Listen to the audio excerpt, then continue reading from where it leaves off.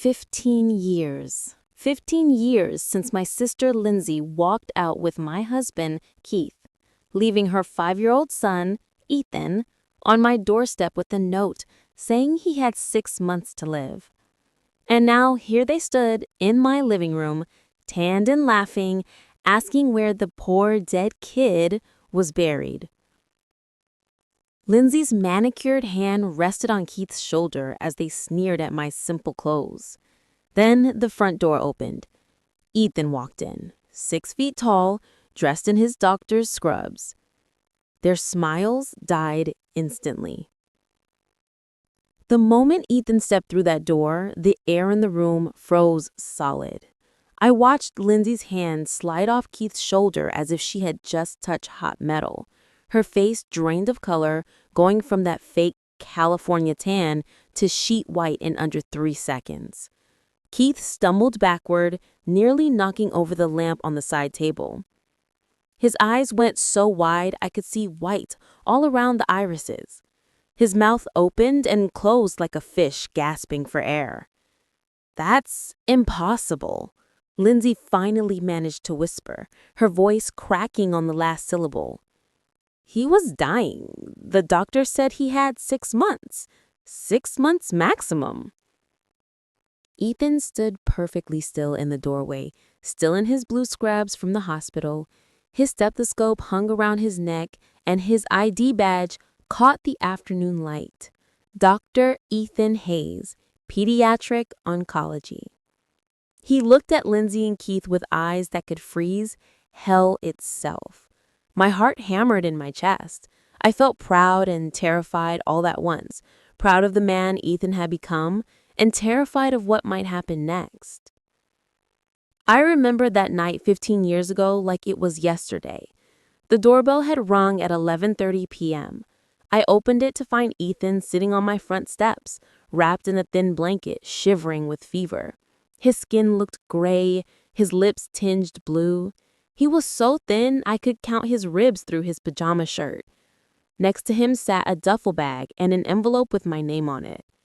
I grabbed Ethan, first feeling how hot he was, how he struggled to breathe. Then I opened that letter with shaking hands.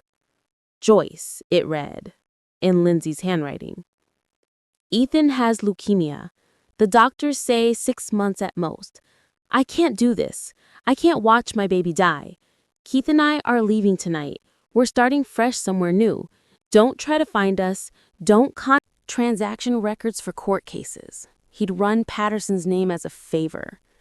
Keith had paid him $50,000 right after they arrived in town. I couldn't breathe.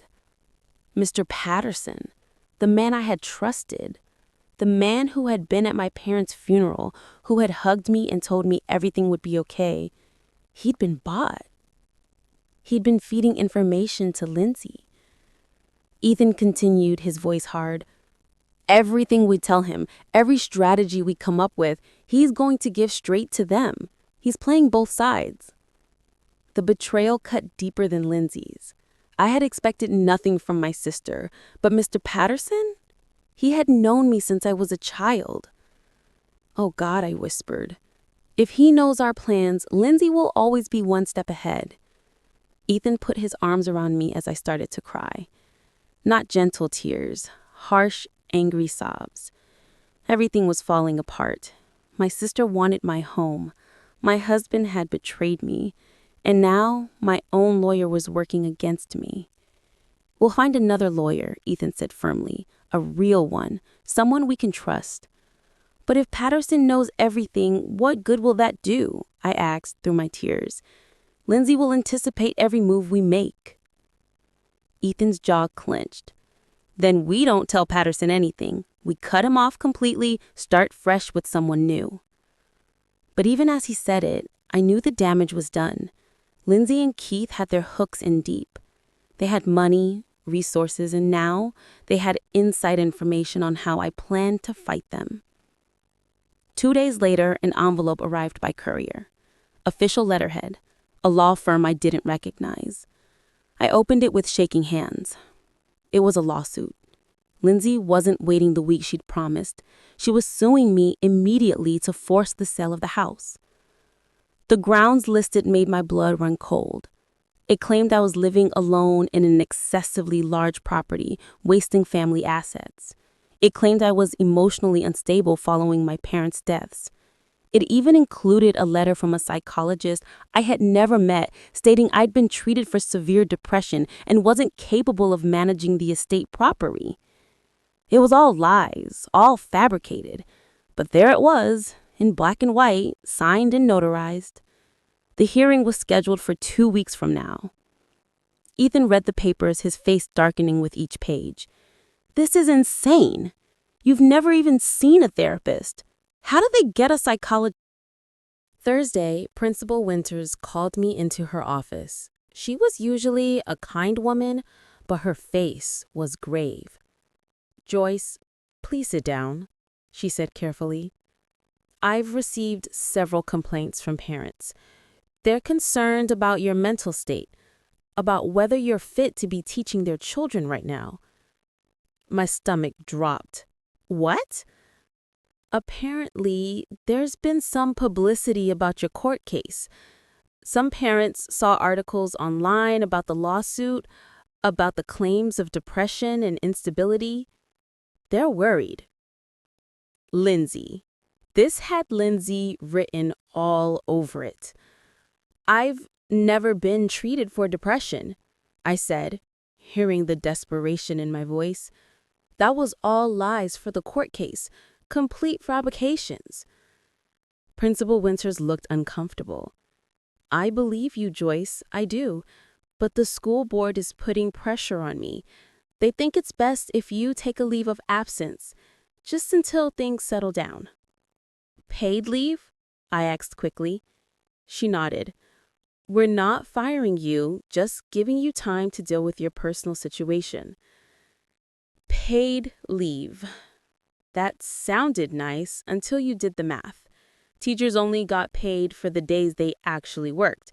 Paid leave meant I'd get my salary for the remaining days of the current pay period. About 2 weeks. Then nothing. "I need this job," I said quietly. "I have bills. I have a mortgage." "I know," she said sympathetically, "and your job will be here when you're ready to come back.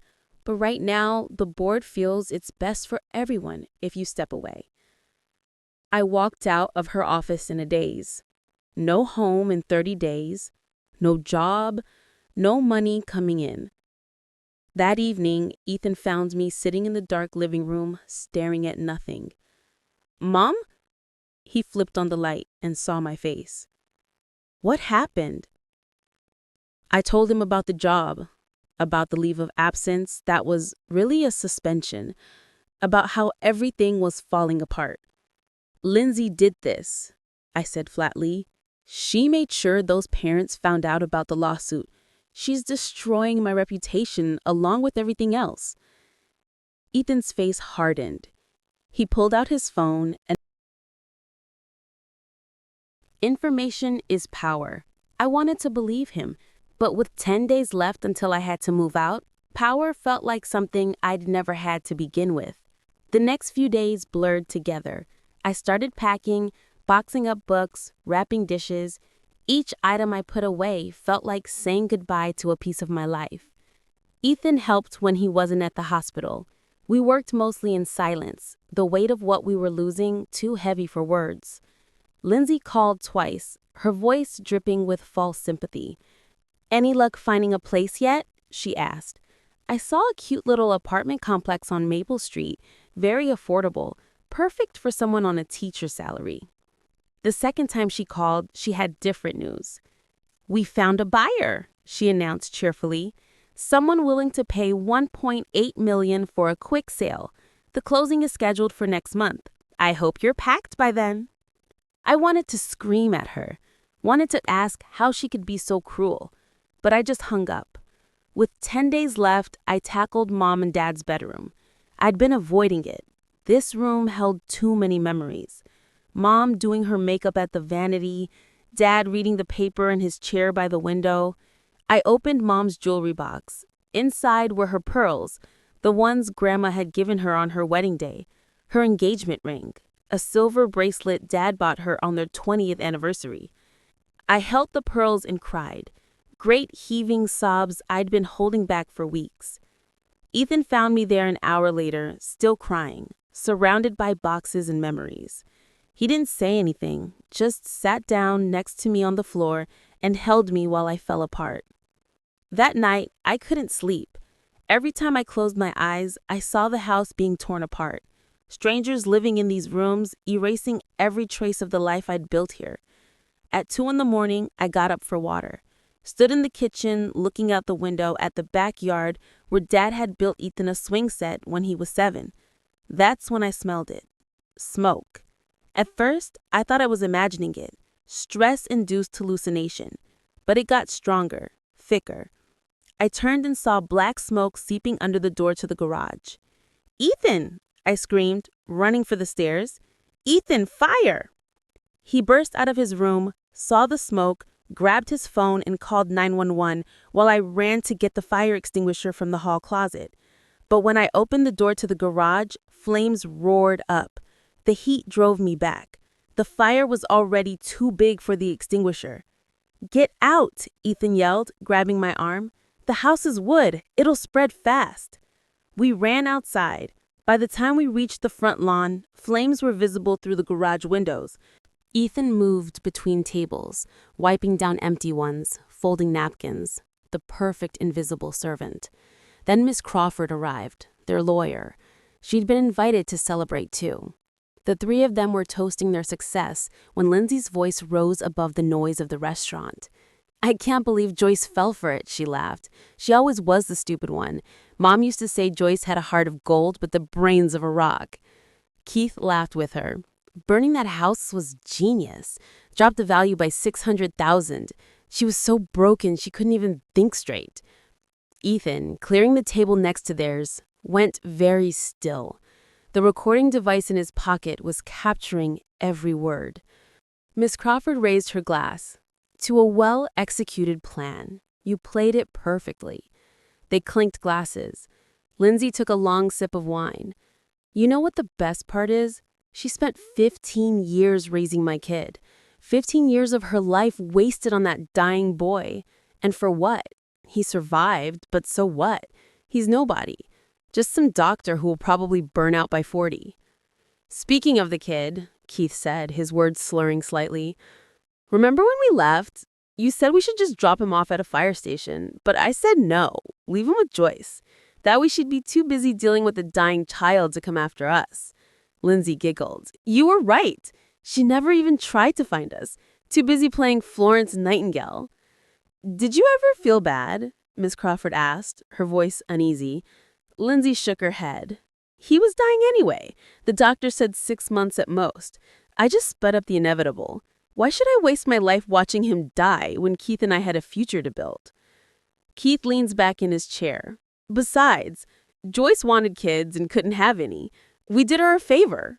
Really, gave her a kid to take care of. Sure, he was defective, but beggars can't be choosers." They all laughed. Ethan's hand trembled as he poured water into an empty glass, but he kept his face blank, kept playing his role. "Remember Martin?" Keith said suddenly, lowering his voice. Lindsay's smile vanished. "Keith, don't!" But he was drunk now. "Come on. The guy was going to expose our whole operation, report us to the SEC. We had no choice." "What happened to Martin?" Miss Crawford asked, clearly uncomfortable. "Car accident," Keith said, making air quotes. "Very sad, very unfortunate. His brakes just happened to fail right before a steep hill." "You're drunk," Lindsay hissed. "Stop talking." But Keith wasn't done. "Cost me 15 grand to hire someone to tamper with his brakes. Best money I ever spent. Martin's wife got the insurance payout. Everyone moved on. Nobody suspected a thing." Miss Crawford's face went pale. They had ruled it an accident, but with the recording and pressure from the FBI, they reopened the investigation. They examined Martin's car, which had been sitting in an impound lot, and found evidence of tampering with the brake lines. They also discovered a partial fingerprint that matched one of Keith's known associates. Keith and Lindsay tried to recant their statements, claiming they had been drunk and that the recording was taken out of context. Their lawyers, public defenders, since they could no longer afford private counsel, argued entrapment. But one-party consent is legal in our state. Ethan had broken no laws. Everything they said freely. 6 weeks after their arrest, Lindsay and Keith both took plea deals. Keith received 20 years for conspiracy to commit murder, arson, and fraud. Lindsay got 15 years for being an accessory and for her role in the inheritance fraud. Travis filed paperwork to have Lindsay removed from our parents' will based on her abandonment of Ethan, her attempted fraud, and her crimes against me. The judge approved it without hesitation. The house, damaged but still standing, was mine. All mine. But I didn't feel victorious. I felt exhausted. The day Lindsay and Keith's sentencing was finalized, I drove to the courthouse. Ethan came with me. We sat in the gallery and watched them stand before the judge. Lindsay cried the entire time, begging for mercy, saying she was sorry and deserved another chance. Keith stayed silent and stony-faced. When the judge asked if I wanted to make a victim impact statement, I almost said no. What was there to say? They had tried to destroy me and failed. Wasn't that enough? But Ethan squeezed my hand and I found myself standing. I walked to the front of the courtroom and looked at Lindsay and Keith. They wouldn't meet my eyes. 15 years ago, I began, my voice trembling, you left a sick child on my doorstep. You didn't leave him because you couldn't afford his medical care. You left him because you didn't want the inconvenience. You didn't want to watch your own son fight for his life because it was too hard, too sad, too real. Lindsay sobbed louder. I spent 2 years sitting in hospital rooms, 2 years watching him almost die a dozen times, 2 years wondering if each day would be his last. But you know what? He spoke at conferences and saved lives. He also met someone, a pediatric nurse named Kara who worked in his department. She was kind, funny, and treated Ethan like he hung the moon. When he brought her to meet me 6 months into their relationship, I knew immediately she was special. Your son talks about you constantly, Kara told me over dinner. How you saved his life, how you're his hero. I'm not a hero, I said. I'm just someone who loved a kid who needed love. That's what makes you a hero, she said softly. 2 years after Lindsay and Keith went to prison, Ethan formally changed his last name to Hayes. Not legally, he'd never had Lindsay's last name anyway, but emotionally, he told everyone I was his mother. Not his aunt, not his guardian, his mother. We made it official that spring. Adult adoption papers. A judge who smiled as she signed them. Ethan was 37 years old, and I was legally adopting him. Bit late, don't you think? The judge joked. Better late than never, Ethan said, squeezing my hand. Lindsay wrote me letters from prison. Dozens of them. Begging for forgiveness, asking me to visit, wanting to know about Ethan. I never responded, never visited. There was nothing left to say. Keith never wrote. I heard through Travis that he'd gotten into several fights in prison and that his sentence had been extended for bad behavior. He'd be an old man before he got out. I didn't waste time feeling sorry for them. They made their choices. They lived with the consequences. My life moved forward. I dated a little, nothing serious, traveled during summer breaks, saw parts of the country I'd never visited before, made peace with my parents' memory and the complicated legacy they left behind. The house, my house, filled with new memories. Ethan and Kara got married in the backyard. Their daughter, my granddaughter Emma, was born 2 years later. I held that baby and felt my heart grow 3 sizes. Emma looked just like Ethan did at that age. Same dark eyes, same serious expression, but healthy. So beautifully, wonderfully healthy. On Emma's first birthday, we had a party in that same backyard. Kids running around, adults laughing, the smell of barbecue and birthday cake. I stood on the back porch watching Ethan push Emma on the swing set he'd rebuilt from his childhood one. Kara took pictures, calling out encouragement.